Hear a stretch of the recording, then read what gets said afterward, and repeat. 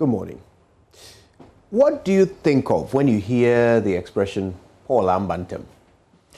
I'm guessing you imagine someone who has just been introduced to something but is trying to act like they invented it, right? Somebody who has just been taught how to do something but is chopping post with it as if he's been doing it since puberty. Yeah, that's who we tend to describe with the expression Paul Ammba Ntemm. But think about it for a minute. The actual expression is Paul Ammba Ntemm ochin izikamfo, which means Paul who came later is greater than those who came before. Now, here's the thing about Paul.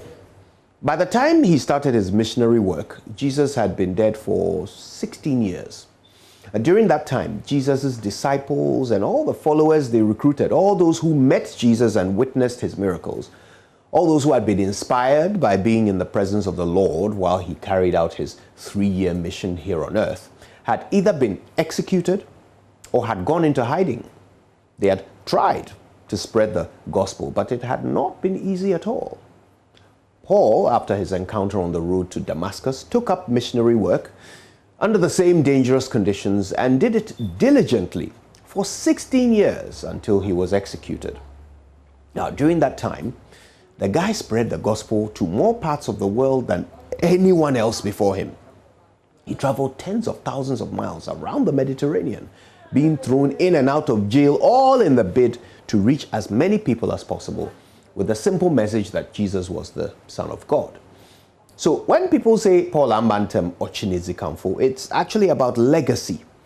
It's about doing more to further the cause of what you believe in than anyone who came before you. So what are you passionate about? Are you an artist, a professional, an administrator, a service provider? Whatever path you have chosen in life, you owe it to yourself and to the world to do something with it that nobody else who came before you could ever do. You owe it to the world, to those who will come after you, to further the cause of whatever you believe in. Take it further. Leave more than you found. You may have come later, but you must do more than those who came earlier. Otherwise, what's the point of having come at all? You know, 7 years ago, we lost the boss player, Komladumo.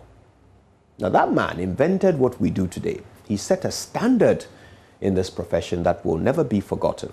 But that means those of us who are inspired by him have a huge responsibility. We must do more than do more. We must take the inspiration that his work gives us and use it to fuel our own efforts in this space. We don't know how long we will be blessed with this opportunity, but we must gear all our efforts in however little time we have left to do more, to leave more than we found, to be greater than those who came earlier. We won't always get it right. We'll make mistakes on the way, but we cannot give up. We cannot stop until we have left our own legacy in whatever space we operate. So, my dear friend, today I want you to think about what legacy you wish to leave once your work is done.